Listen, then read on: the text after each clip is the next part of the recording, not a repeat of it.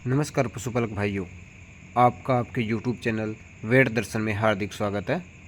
साथियों, यदि आपने इस चैनल को लाइक नहीं किया तो लाइक करें, सब्सक्राइब करें और बेल आइकन के बटन पर क्लिक करें ताकि आपको मेरी आने वाली न्यू वीडियो का नोटिफिकेशन मिलता रहे।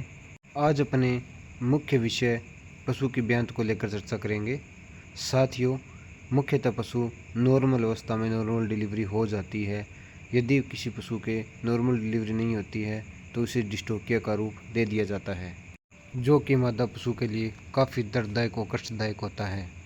साथियों, ऐसा ही एक केस आज सामने आया है जिसमें पशुपालक द्वारा ये कहा गया है कि मेरी गाय 5-6 घंटों से काफ़ी ज़्यादा जोर लगा रही है, परंतु उसके कोई वाटर वेग या कोई बच्चे का कोई मूवमेंट नहीं दिखा रही है और ये जोर पे जोर लगाकर परेशान हो चुकी है। पशुपालक भाइयों, पशु के ब्याने के कई लक्षण होते हैं।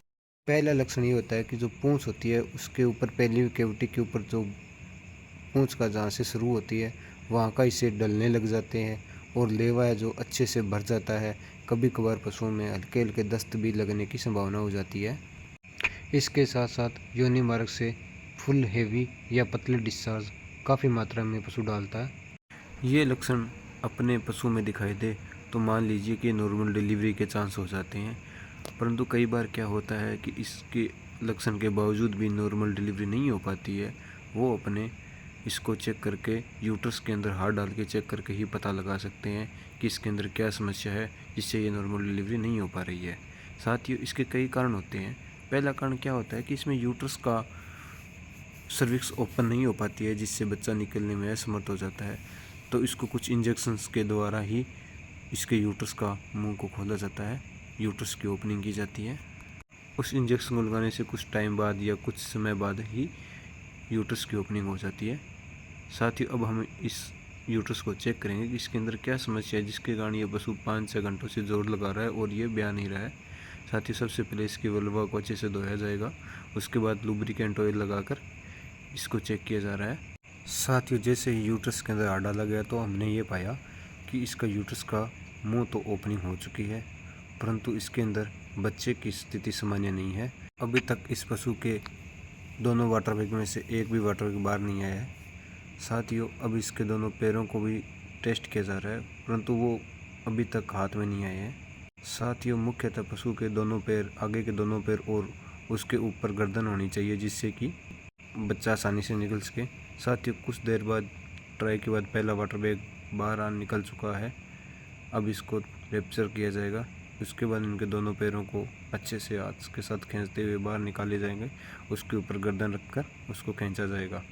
साथ ही हमने पाया कि ये गाय का नाभ ब्याने का मुख्य कारण इसका बच्चा उल्टा होना था, जिसको हम इस गाय को बैठी अवस्था में सीधा कर पाना मुश्किल था।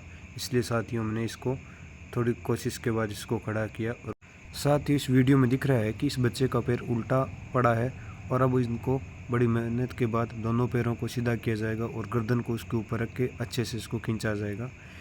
अब बच्चे की गर्दन को घुमाते हुए दोनों पैरों को सीधा किया गया है और उन्हीं पैरों के ऊपर उसकी गर्दन को रखा गया है। साथ ही अब धीरे धीरे लेवे की तरफ खींचते हुए इसके मुंह को निकाला जा रहा है, दोनों पैरों को भी साथ में खींचा जा रहा है। साथ ही काफ़ी मुशक्क़त के बाद में आखिरकार इसका गर्दन बाहर निकल चुकी है और अब ये बच्चा खतरे से बाहर है। धन्यवाद पशुपालक साथियों का, जिन्होंने मेरे साथ मिलकर एक टीम वर्क के रूप में इस बच्चे को बाहर निकाला। अब ये बच्चा स्वस्थ है और पशु भी स्वस्थ है। साथ ही मादा पशु को एंटीबायोटिक के रूप में ऑक्सीटेट्रासाइक्लिन 20 ml और अनाल्जिन 20 ml और CPM 15 ml दिया जाएगा ताकि इनको कोई इन्फेक्शन ना हो और इसका दर्द भी ख़त्म हो जाए। अब नवजात बच्चे को मेरे साथी द्वारा कानों में फूंक मारी जा रही है जिससे कि एक्टिव हो जाए और इसके अभी इसने कान को फड़फड़ाना स्टार्ट कर दिया है और इसके मुंह के अंदर तालुए के ऊपर की साइड में थोड़ा गुड़ लगा दिया जाता है जिससे दूध पीने में कोई दिक्कत महसूस ना करें। कई बार नवजात बच्चे के शरीर में पानी चला जाता है तो पिछले पैरों को ऊपर उठाकर मुंह को नीचा करके कई देर रखने से पानी मुंह के द्वारा बाहर निकल जाता है। अब एक गाय और नवजात बच्चा दोनों स्वस्थ है। साथियों, आपका आपके इस YouTube चैनल वेद दर्शन में एक बार फिर हार्दिक स्वागत है। लाइक करें, सब्सक्राइब करें। धन्यवाद।